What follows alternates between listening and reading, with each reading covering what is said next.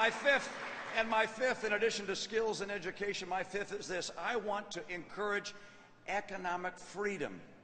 Our economy is driven by free people pursuing their ideas and their dreams. It is not driven by government.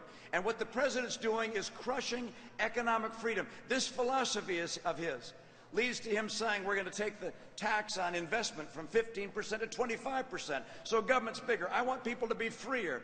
That's why, in my view, anybody making $250,000 a year and less should pay no tax on capital gains, interest, or dividends at all. Be able to invest.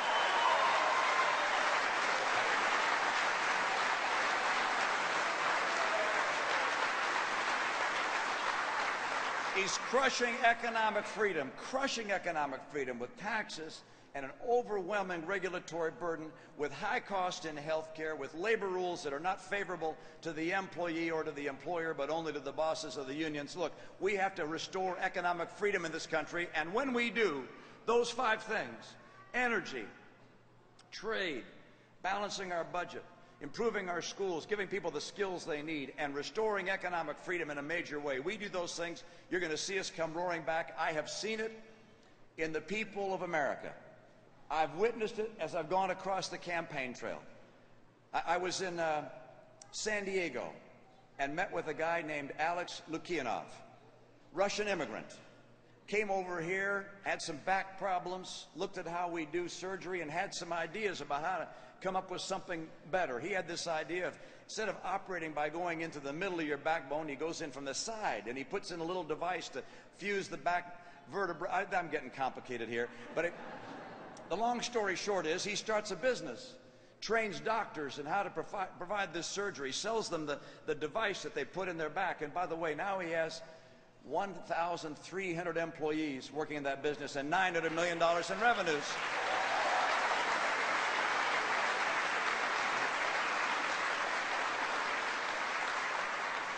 And Mr. President, Mr. Lukianov and the other founders and the workers there built that business. Government did not build that business.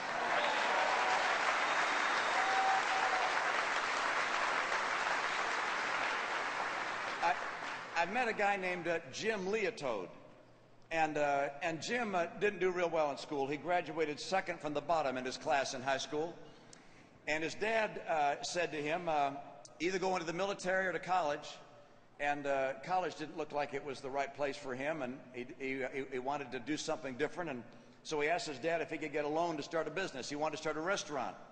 He wanted to make hot dogs and hamburgers, I believe, and his dad gave him a loan. But when he got the money, he realized there's not enough money here to actually start a restaurant that has the cooking grills for hot dogs and hamburgers and the big hoods that vent the smoke and so forth. So all he could do with the money he had was to make sandwiches.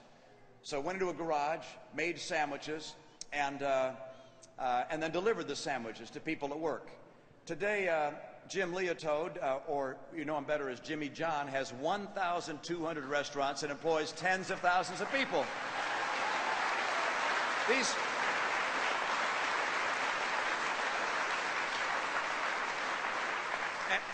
And you see, I happen to believe that Jim Leotoad, Jimmy John, built that business with the help of people around him, his friends, the people who work there in that enterprise. I do not give government credit for having built that. I give free people credit for having built that business.